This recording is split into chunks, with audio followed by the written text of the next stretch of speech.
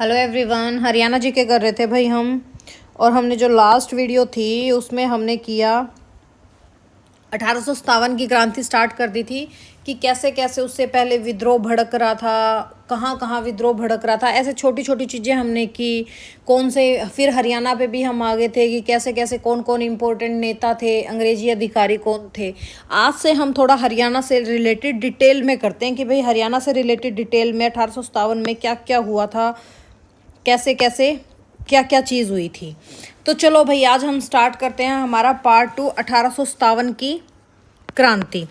ठीक है, अभी देखो जो हम 1857 की क्रांति से स्टार्ट करेंगे उसमें कल हमने कुछ फैक्ट्स कर लिए थे कि कहाँ कहाँ क्या हुआ था, कौन अंग्रेजी अधिकारी थे, जैसे हमने कल किया था। भाई थोड़ा सा रिवाइंड कर लेते हैं। ठीक है, कि जैसे 1857 की क्रांति में प्रमुख अंग्रेज अधिकारी कौन थे भाई। जैसे हिसार के डिप्टी कलेक्टर कौन थे, जॉन वर्डबर्न थे। रोहतक के डिप्टी कलेक्टर कौन थे, विलियम लॉन्च थे। गुड़गांव के डिप्टी कलेक्टर कौन थे, विलियम फोर्ड थे। पंजाब के कमिश्नर कौन थे, सर जॉन लॉरेंस थे। अम्बाला के डिप्टी कलेक्टर कौन थे, टीडी फोर्सिथ थे। वैसे ही हमने कुछ क्रांति के जो नेता थे उनके बारे में पढ़ा था भाई। अहिरवाल क्षेत्र जो आपका रेवाड़ी एरिया है वहाँ कौन थे, राव तुलाराम थे। पलवल के कौन थे, गफ्फूर अली थे। फरीदाबाद के कौन से, धानु सिंह थे। ऐसे हमने कंप्लीट कल कर लिया था। लेकिन आज से हम क्या स्टार्ट करते हैं कि 1857 की क्रांति में हरियाणा पे क्या प्रभाव था, आज हम कंप्लीट करेंगे। कल तो हमने जैसे इंडिया से रिलेट कर दिया था कि भाई बैरकपुर छावनी से स्टार्ट हुआ था, मंगल पांडे को फांसी कब मिली, कैसे विरोध हुआ, एनफील्ड राइफल के उसमें हुआ। आज हम हरियाणा से स्टार्ट करते हैं। चलो भाई लेट्स स्टार्ट। जो आपकी ईस्ट इंडिया कंपनी थी, ब्रिटिश कंपनी थी, ने क्या किया भाई, भारत के जो दो प्रमुख काम थे इनके, ईस्ट इंडिया कंपनी के क्या थे प्रमुख काम, भारत में दो ही थे। एक तो साम्राज्य को बढ़ाना, एक तो भाई अपना साम्राज्य बढ़ाना, दूसरा आर्थिक शोषण करना। दूसरा क्या था इनका, आर्थिक शोषण करना। यही दो काम ये भारत में कर रहे थे। इनके यही दो फेमस काम थे भाई। एक तो अपने साम्राज्य को बढ़ावा दो और दूसरा जितना हो सके अच्छी तरीके से लूट खाओ और भगा दो। जो ये सारी शोषण नीति चल रही थी, जो इनका संचित प्रभाव चल रहा था भारत के सभी वर्गों पर, चाहे आपका जैसे आप किसी रियासत के राजा को ले लो या सैनिक को ले लो, जमींदार ले लो, किसान ले लो, कोई भी मौलवी ले लो, इवन जो नगरों में पाश्चात्य शिक्षा वर्ग के भी लोग थे वो भी किस पे डिपेंड थे, कंपनी पे निर्भर थे सब चीज़। ठीक है, इनको छोड़कर जो ये मेन हमारे मतलब आज के दिन हम ये कह देते हैं कि दो जो थोड़े से रेपुटेटेड लगा लो या जिनके पास पैसा थोड़ा सा लगा लो, इनको छोड़कर जो अन्य वर्ग रह गए, चाहे उसमें आपके छोटे हो गए भाई, शिल्पकार लगा लो, एनीथिंग कुछ भी लगा लो आप, ये सभी लोग पर प्रतिकूल प्रभाव पड़ा था इस चीज़ का। फिर क्या होना था, अगर किसी चीज़ का हमारे ऊपर कुछ प्रतिकूल प्रभाव पड़ता है तो आंदोलन तो होना ही था।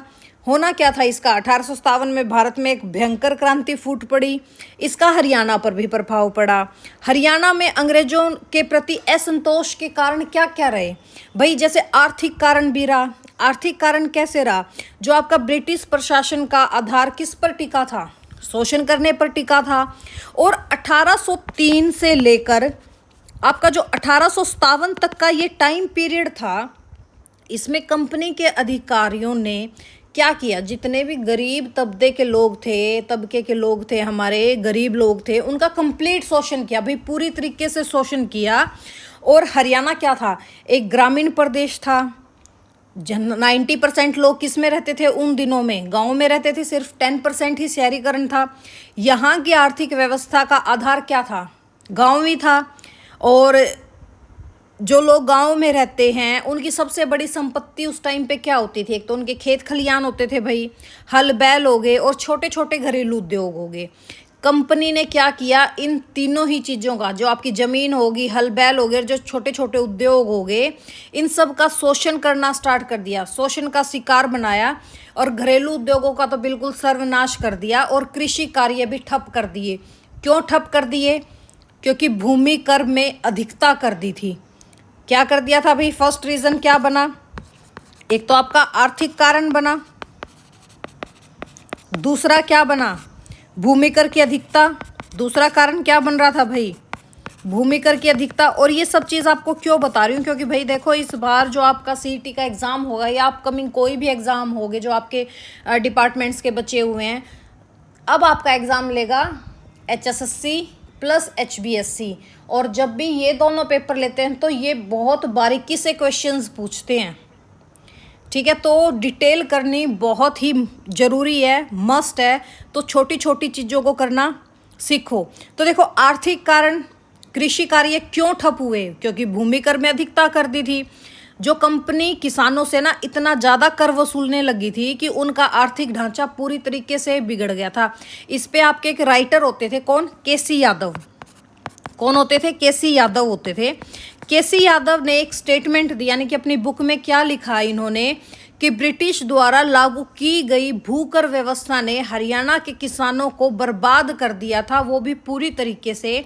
ये व्यवस्था लोगों की सहमति से लागू नहीं की जाती थी, और जब सेटलमेंट लागू करने की बारी आती, अगर वो सेटलमेंट गांव के मुखिया को स्वीकार नहीं होती थी तो ये लोग क्या करते थे, उनको जेल में डाल देते थे।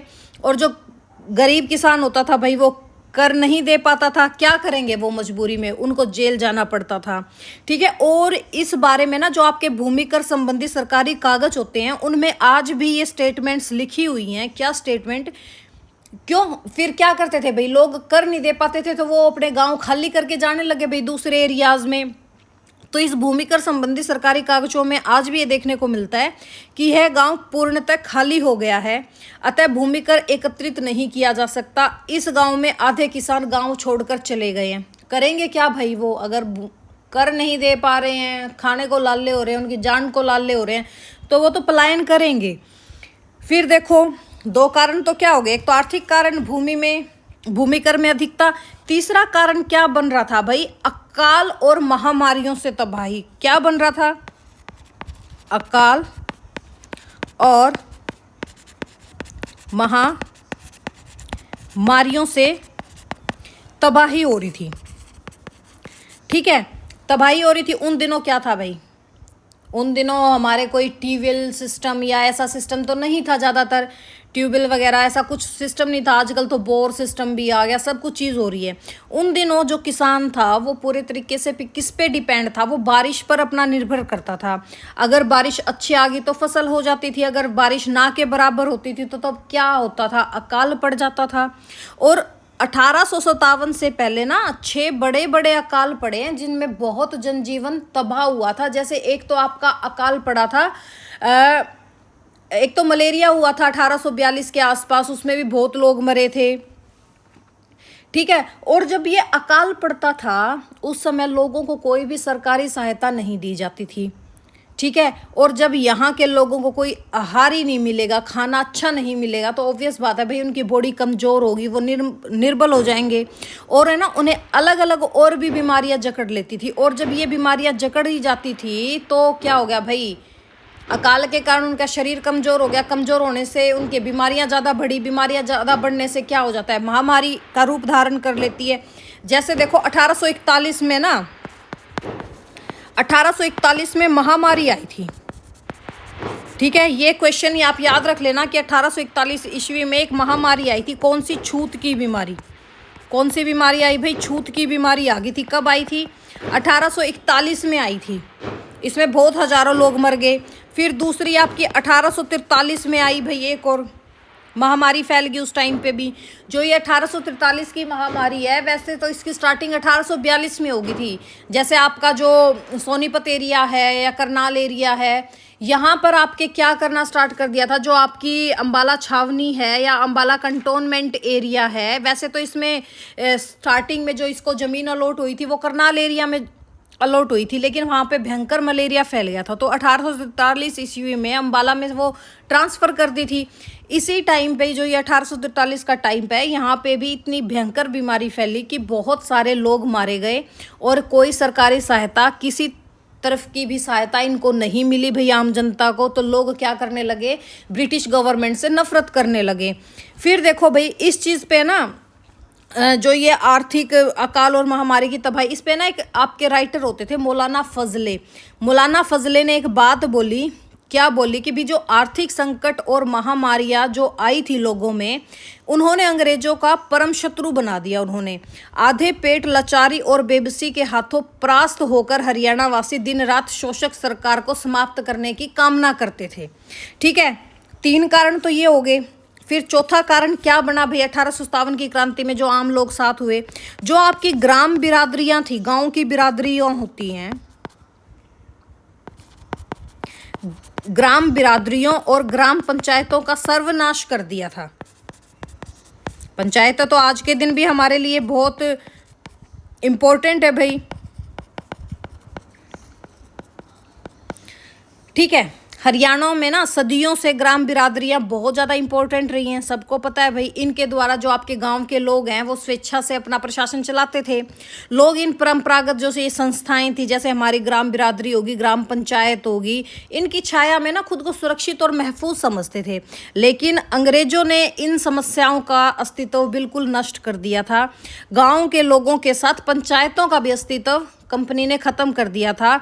जैसे ना इसमें आपके एक दिल्ली के सिविल कमिश्नर टी फोर्टे स्वेन्यू थे, उन्होंने इस बारे में एक चीज़ बोली है कि ऐसा कोई अवसर उनको देखने को भी नहीं मिलता था कि किसी एक शक्तिशाली गांव ने किसी दूसरे गांव पर आक्रमण किया हो, या उनके अधिकारों पर कब्जा कर लिया हो, या उन्हें गांव से निकाल दिया हो। इसके प्रतिकूल क्या देखने को मिलता था कि भाई जैसे कठिनाई का कोई भी समय आ जाता है, या भाग्यहीन ग्रामीण व्यक्तियों में, चाहे कोई विधवा हो जाए या कोई बीमार आदमी हो जाए, लोग बहुत हेल्प करते थे। इवन उनके खेत तक बो देते थे, उनमें बीज भी डाल देते थे, हल भी चलाते थे और पैसे की भी सहायता कर देते थे। तो अंग्रेज राज्य था ना जो, उन्होंने स्टार्टिंग में एक आपके मैटकॉफ जैम करके एक आदमी थे, मैटकॉफ जैम रेजिडेंट के, वो है ना पंचायत को बहुत पसंद करते थे और है ना उन्हें जीवित भी देखना चाहते थे। पर वही बात है भाई, जिनके साथ जैसा रहते हो वैसा हो जाते हो। लेकिन ब्रिटिश शासन में लगान संबंधी जो कायम होने लगी थी, उन्होंने क्या किया भाई, तहसील और जिला स्तर पर न्यायालयों की स्थापना कर दी। और इससे क्या हो गया भाई, जो आपकी पंचायतें थी उनका महत्व खत्म हो गया और लोगों में एक असंतोष इस वजह से भी फैला। फिर 5वां कारण क्या बनता है भाई इनमें, ये जो हमारे ब्रिटिशर्स थे, ये हमारे जो आम लोग थे, भारतीय जनता थी, इनको है ना कोई भी उच्च पद नहीं देते थे। उच्च पद न देना, कोई भी उच्च पद नहीं होता था। ठीक है, भारतीयों को है ना ये लोग अयोग्य और अकुशल समझ के कोई भी उच्च पद नहीं देते थे और उन्हें ना बस छोटी मोटी नौकरियां दे देते थे। जैसे फिर भी 1833 में एक एक्ट आया था। कौन सा एक्ट था? Charter act. चार्टर एक्ट में एक बात कही गई थी। क्या बात कही गई थी? नौकरियों को लेके, कि नौकरियां देते समय ना कोई रंग भेद होगा, ना कोई जाति और धर्म को देखा जाएगा, बल्कि जो उनके अंदर योग्यता होगी उस योग्यता को देख के ही नौकरियां दी जाएगी। पर जो ये 1833 का चार्टर एक्ट था, ये सिर्फ है ना आपके एक लगा लो कि डॉक्यूमेंट्स ही बनते थे। कहते हैं ना आज के दिन कानून तो बहुत बड़े बड़े हैं, लेकिन कानूनों का क्या करोगे भाई तुम जब उन पे काम ही नहीं होगा। ठीक है, तो ये सिर्फ है ना कागजों में ही रहा ये एक्ट, ये कुछ लागू वगैरह कुछ भी नहीं हुआ। फिर तो 6ठा रीज़न क्या बन रहा था? दोषपूर्ण इनकी न्याय प्रणाली थी। क्या थी? दोषपूर्ण न्याय प्रणाली होगी भाई। जो ये अंग्रेजों की जो न्याय प्रणाली थी वो बहुत दोषपूर्ण थी। कैसे थी कि, और आम लोग इनको पसंद नहीं करते थे। न्यायालय तो आ गए, कोर्ट तो आज के दिन भी हैं, और आपने कोर्टों का हाल भी देख लिया भाई। आदमी ही मर जाता है, उसकी अगली पीढ़ी भी क्या पता सरक जाए, लेकिन कोई भी न्याय नहीं मिलता, कोई रिजल्ट नहीं निकलता। तो यही चीज़ उस टाइम पे थी कि ना न्यायालयों में मुकदमों का निर्णय समय पे होता ही नहीं था और लोगों को अधिक धन खर्च करना पड़ता था। फिर देखो 7वां कारण क्या बन रहा था? 7वां कारण बन रहा था जो हमारे देसी राजा थे और जो नवाब थे,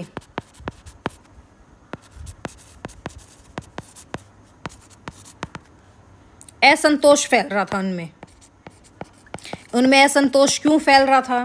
क्या रीज़न था? ये लोग बिना अंग्रेजों से नाराज रहते थे। जैसे जो आपके गवर्नर जनरल थे डलहौजी जी, उन्होंने लैप्स और विलय की नीति लेके आए थे। जो ये लैप्स और विलय की नीति आई थी, इसकी वजह से क्या हो रहा था भाई, जो आम शासक थे, जो आपके नवाब थे, देसी रियासतों के शासक थे, वो अपने अस्तित्व को लेके हमेशा टेंशन में रहते थे। न जाने कब उनके बच्चा ना हो, लड़का नहीं हुआ तो कंपनी उन पे अधिकार कर लेगी। ठीक है, तो ये चीज़ चली थी ना कि भाई गोद लिए हुए पुत्र को अपना शासन नहीं दे पा रहे थे। यही तो थी आपकी लैप्स और विलय नीति। तो ये लोग भी टेंशन में थे, और इनसे कब इनके राज्य को हथिया लें, और कब इनको या तो पेंशन पे अपनी ज़िंदगी जी जाती थी, या ये अपनी जो इस्तेमरारी जागीर होती थी, आमदनी पर अपना जीवन निर्वाह करने लगे थे ये लोग भी, क्योंकि इनसे लैप्स और विलय नीति से इनके राज्य हड़प लिए थे भाई। अब ये लोग भी अंग्रेजों से नफरत करने लगे थे। 8वां कारण तो आपका मोस्ट इम्पोर्टेंट है, सैनिकों में असंतोष।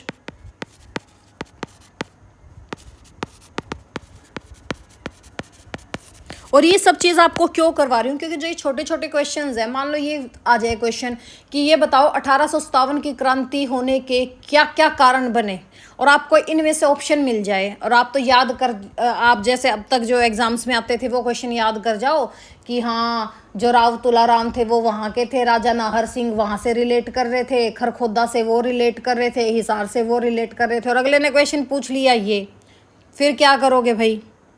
तो इसलिए ये चीज़ भी पढ़नी बहुत ज़रूरी है। तो देखो 8वां कारण क्या बन रहा था, सैनिकों में संतोष बन रहा था। जैसे ना सेना में जो देसी सैनिक थे, यूरोपियन सैनिकों से उनको क्या समझा जाता था, कमज़ोर समझा जाता था, छोटा समझा जाता था, उनको वेतन भी कम दिया जाता था, जैसे आपको बताया था लास्ट वीडियो में, केवल 7 रुपये के करीब। फिर क्या होता है भाई, जो 1856 में ना एक रूल निकाला गया, जो आपके गवर्नमेंट थी उस टाइम, कैनिंग की गवर्नमेंट थी, लॉर्ड कैनिंग की, उन्होंने एक भर्ती अधिनियम पास किया जिसमें यह निश्चित किया गया कि आगे से अब हम जो भी सैनिक भर्ती करेंगे, या जो भी हम नए सैनिक या जो भी गवर्नमेंट एम्प्लॉय हम लेंगे, सरकार उन्हें जहां युद्ध के लिए भेजेगी उन्हें चुप करके वहां जाना पड़ेगा। ये भी असंतोष का कारण बना। क्यों भाई, जैसे आपके मान लो वर्मा साइड युद्ध हो गया, ठीक है, जो कट्टर हिंदू थे उस टाइम, वो समुद्र पार करने को है ना खुद का धर्म विरोधी समझते थे। ठीक है, ये भी असंतोष का कारण बना। और जो आपका तत्कालिक कारण था, सबसे मेन और मोस्ट इम्पोर्टेंट जो तत्कालिक कारण था, ये क्या था आपकी, जो एक तो एनफील्ड राइफल थी भाई, मेन रीज़न तो यही बना। 1856 में सरकार ने क्या किया भाई, पुरानी राइफल को चेंज कर दिया और उसकी जगह एनफील्ड राइफल से बदलने का निश्चय किया। एनफील्ड राइफल का जो कारतूस था, लास्ट वीडियो में बताया था भाई, उस पे गाय और सूअर की चर्बी लगी हुई थी, और कारतूसों को जब राइफल में डालने से पहले क्या करना पड़ता था, मुंह से चबा के, और फिर वो नली के अंदर बारूद डालना पड़ता था। तो क्या होता है भाई, जनवरी 1857 में बंगाल की सेना में थे आपके मंगल पांडे, सबको पता है। बंगाल की सेना में ना इसकी खबर चली गई कि भाई ऐसे ऐसे इसमें गाय और सूअर की चर्बी लगी हुई है। इससे भाई जो आपके सैनिक थे हिंदू मुस्लिम, वो भड़क गए, और अंत में क्या हुआ भाई, विद्रोह हुआ। अब देखो हरियाणा में हम स्टार्ट कर चुके थे कि कैसे स्टार्टिंग हुई। अम्बाला का क्रांति अम्बाला से स्टार्ट हुआ भाई, 10 मई 1857 में। सबसे पहले क्रांति की शुरुआत कहाँ से हुई थी, आपके अम्बाला छावनी से हुई। अम्बाला डिस्ट्रिक्ट में जो आपके अम्बाला कंटोनमेंट एरिया है वहाँ से हुई। अम्बाला जो था वो उन दिनों ना बहुत इम्पोर्टेंट सैनिक कंटोनमेंट एरिया था। इसकी स्थापना कब हुई थी, 1843 में हुई थी। यहाँ पर जो आपके पंजाब और उत्तर पश्चिमी प्रांत के सैनिक थे, उनको है ना एनफील्ड राइफलों के प्रयोग करने की ट्रेनिंग दी जाती थी। पहले तो अम्बाला के सैनिकों ने ये बोला कि भाई हम ये चीज़, जो उनको पता चला कि भाई कारतूस में ऐसे सूअर और गाय का मांस लगा हुआ है, तो उन्होंने आराम से भाई इसका विरोध किया। पर जब उन्होंने देखा कि भाई अंग्रेज अधिकारियों पर इसका कोई प्रभाव नहीं पड़ा, तो वो क्या करते हैं भाई, 10 मई 1857 को एक प्लानिंग करते हैं कि जब अंग्रेज लोग, ये दिन किसका था, संडे, यानी कि आपका रविवार इतवार लगा लो, ये था। इस टाइम क्या करते हैं, जो अंग्रेज़ थे वो सब गिरजाघर जाते हैं, यानी कि चर्च में प्रेयर के लिए जाते हैं भाई। और जो आपकी दोनों पलटन थी, कौन सी दोनों देसी रियासत पलटन, एक तो 60वीं और एक 5वीं, ठीक है, इन्होंने ना अपने शस्त्रागारों पर अपना अधिकार कर लिए। उन्होंने प्लानिंग तो ये की थी कि भाई शस्त्रागारों पर हम अपना अधिकार कर लेंगे। और जो आपकी घुड़सवार सेना थी, जो उनका चौथा दस्ता था, उन्होंने क्या किया, अभी हम तोपों पर कब्जा कर लेंगे। इसके बाद ब्रिटिश राज्य के सभी अवशेषों को समाप्त करके सब लोग भारत की राजधानी दिल्ली में प्रवेश करेंगे। लेकिन होता क्या है भाई, होता क्या है ये बताओ। जब 10 मई को मेरठ में क्रांति होने वाली थी ना, उससे एग्जैक्ट 9 घंटे पहले ही जो अम्बाला की 60वीं देसी पलटन थी, उन्होंने बगावत कर दी। पर दुर्भाग्य लगा लो भाई, या आप एक वो जो गद्दार श्याम सिंह था, इनका गद्दार सैनिक, उन्होंने ये सूचना ऑलरेडी ब्रिटिश गवर्नमेंट को दे दी और अंग्रेज अधिकारी अब उससे निपटने के लिए बिल्कुल रेडी हो गए। देखते देखते क्या होता है भाई, जो आपकी 60वीं पलटन थी, अंग्रेजों ने उनको पूरी तरीके से घेर लिया। घेरने के बाद क्या किया भाई, अब देसी रियासत के पास 60वीं पलटन के पास तो कोई ऑप्शन नहीं बचा। उन्होंने क्या किया, समझौता कर लिया। अभी जो 60वीं ये पलटन थी भारतीय सेना की, ये शांत भी नहीं हुई थी कि 5वीं जो भारतीय स्थल सेना थी, इन्होंने एग्जैक्ट 12 बजे विद्रोह कर दिया। बट अंग्रेज तो ऑलरेडी इनसे भी निपटने के लिए तैयार थे। इन्होंने क्या किया, जो अब इनके तोपखाने थे टैंकों से, जो जितने भी विद्रोह कर रहे थे आपके 5वीं स्थल सेना वाले, इनको घेर लिया। और इनके पास भी सेम वही ऑप्शन था जो 60वीं के पास था, भाई समझौता करना पड़ा। अब जो आपके अंग्रेज अधिकारी थे, अम्बाला में तो विद्रोह को दबाने में सफल हो गए, लेकिन उसी दिन क्या होता है, एग्जैक्ट 9 घंटे बाद मेरठ में सिपाहियों ने विद्रोह कर दिया। और दूसरे दिन 11 मई को क्या होता है, ये स्टोरी मैं आपको लास्ट में भी बता चुकी। विद्रोह की आग की लपटें कहाँ तक पहुँच गई भैया, आपके दिल्ली तक पहुँच गई। और इसमें उन्होंने क्या किया, एक अंग्रेजी कर्नल थे, कर्नल रिप्ले, उनको मार दिया। और जो मुगल बादशाह थे, कौन थे भाई मुगल बादशाह, मुगल बादशाह थे आपके बहादुर शाह। इसको क्या बना दिया भाई, अपना नेता मान लिया, इसको अपना नेता बना दिया और अंग्रेजी राज्य की समाप्ति की घोषणा कर दी। फिर क्या होता है भाई, धीरे धीरे जितना भी आपका नॉर्थ इंडिया था, इसमें विद्रोह अच्छी तरीके से भड़क गया। इसमें ना ब्रिटिश साम्राज्य की नींव भी डगमगा गई। अम्बाला वाला तो फेल हो गया, ठीक है। अब हम चलते हैं गुड़गांवा में। गुड़गांवा में इसके क्या प्रभाव रहे, ठीक है, 1857 की क्रांति में। अब क्या करते हैं ये लोग, 13 मई, ये आ जाए कि 13 गुड़गांव में 1857 की क्रांति की शुरुआत कब हुई, 13 मई 1857 को हुई। कब हुई, 13 मई 1857 को स्टार्टिंग हो गई थी।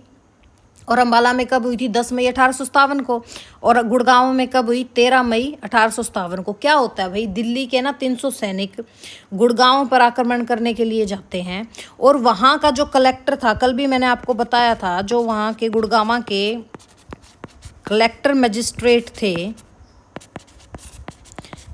क्या नाम था उनका, विलियम फोर्ड। क्या नाम था, विलियम फोर्ड। विलियम फोर्ड क्या करता है भाई, विद्रोहियों को दबाने के लिए ना दिल्ली की साइड से एक एरिया है, कौन सा, बिजवासन गांव, आज भी है ये। यहाँ पर इनको रोकने की कोशिश करता है गुड़गांव वाले लोगों को, लेकिन असफल होता है। और फिर दूसरे दिन यानी कि 14 मई 1857 को क्या होता है, सुबह सुबह गुड़गांव पर विद्रोहियों ने आक्रमण कर दिया। और जहाँ से विलियम फोर्ड भाग जाता है भाई अपनी जान बचा के, पर वहाँ पे विद्रोहियों को ना गुड़गांव का सरकारी खजाना हाथ लग जाता है, लगभग 7,84,000 के करीब का। अब गुड़गांव के लोगों तक भी ये खबर पहुँच गई कि भाई ऐसे ऐसे भाई आक्रमण हो गए हैं। तो गुड़गांव की जनता भी भड़क गई भाई, उन्होंने भी साथ दिया क्रांति में।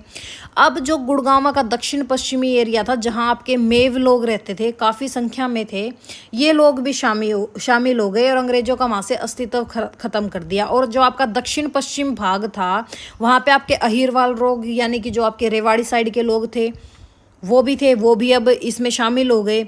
और जो आपका अहिरवाल एरिया है, अहिरवाल एरिया यानी कि रेवाड़ी क्षेत्र, यहाँ से नेतृत्व किसने किया, राव तुलाराम ने। किन्होंने किया भाई, राव तुलाराम। और प्लस इनका एक भाई था, कौन, गोपाल देव। इन्होंने गुड़गांव एरिया, जो रेवाड़ी एरिया है, यहाँ से नेतृत्व किया भाई। और बल्लभगढ़ से किन्होंने किया, बल्लभगढ़ से नेतृत्व किया राजा नाहर सिंह ने। इन्होंने भाई यहाँ से अपना नेतृत्व किया। रेवाड़ी से किसने किया? राव तुलाराम और उनके भाई गोपाल देव ने। मोस्ट इंपॉर्टेंट है। बल्लभगढ़ से किन्होंने किया? राजा नाहर सिंह ने। अब क्या होना था भाई, अब गुड़गांव के क्रांतिकारियों को दबाने के लिए जयपुर पॉलिटिकल एजेंट आए। कौन थे भाई? जयपुर के पॉलिटिकल एजेंट आए जिनका नाम था मेजर W F एडन। ये अपनी सेना का नेतृत्व करने के लिए आ गए और इनसे युद्ध किया। ठीक है, गुड़गांव सेना भेजी गई भाई जयपुर एरिया से। अब इनके साथ तोप खाने भी लेके आए। अब जो ये मेजर एडन थे, इन्होंने मेवातियों को कुचलने के लिए भरसक प्रयत्न किए भाई, किंतु संतोषजनक सफलता इनको नहीं मिली। जो आपके सोहाना और तावड़ू एरिया है, इनमें ना बहुत सारे जो आपके मेवाती थे, इनसे बहुत संघर्ष किया, लेकिन इस संघर्ष का परिणाम क्या निकलता है भाई? बहुत सारे तो जो आपके राजपूत सैनिक थे वो देशभक्त बन गए, और जो इनके उच्च अधिकारी थे, कौन थे मेवात एरिया में? ठाकुर शिवनाथ सिंह। इनके नेतृत्व में, इन्होंने नेतृत्व किया इस एरिया का। ठीक है, अब किन्होंने? ठाकुर शिवनाथ सिंह के नेतृत्व में विद्रोह खुल के आगे आ गया। ठीक है, खुले तौर पर इन्होंने विद्रोह किया। और इसी रात क्या किया भाई, इन्होंने मेजर एडन पर आक्रमण कर दिया, लेकिन वो असफल होते ही हैं। पर इससे ना जो मेजर एडन है वो मेवात से, ये कहाँ थे भाई? मेवात एरिया में। ठीक है, ये बात चल रही थी मेवात एरिया की। क्या किया भाई, यहाँ से छोड़कर अपने जयपुर वापस चला गया मेजर एडम। लेकिन फिर क्या होता है, सितंबर 1857 में, देखो मई की बात चल रही थी, युद्ध चलता रहा, संघर्ष चलते रहे, दिल्ली पर अंग्रेजों का दोबारा से अधिकार हो गया।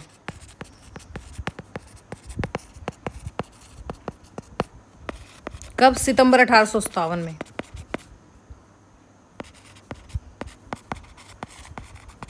ठीक है, अब अंग्रेजों के सैनिक कुछ देसी रियासतों की मदद से पूरे गुड़गांव जिले पर अपना कब्जा करने के लिए आरंभ कर दिया। उन्होंने क्या किया भाई, गुड़गांव पे कब्जा करना तो बहुत कठिनाई हुई। क्यों? क्योंकि जो मेवात के लोग थे, इन्होंने ना इनके नाकों चने चबवा दिए थे। और जैसे जो आपका मेवात में अंग्रेजों ने ना, जैसे आपका घसोड़ा एरिया है, रेवासन एरिया है, नूह एरिया है, पटाका एरिया, इन सब पे ना युद्ध होते गए। लेकिन नवंबर 1857 में क्या होता है भाई, अंग्रेजों ने यहाँ पर फिर से कब्जा कर लिया। अंग्रेजों ने गुड़गांव पर कब्जा कर लिया। जो ये कब्जा हुआ और जो ये मेवात के लोग थे, अब क्या किया भाई, अंग्रेजों ने इनको चुन के इनको फांसी की सज़ा दे दी और जो इनकी ज़मीनें थी उस पर कब्जा कर लिया।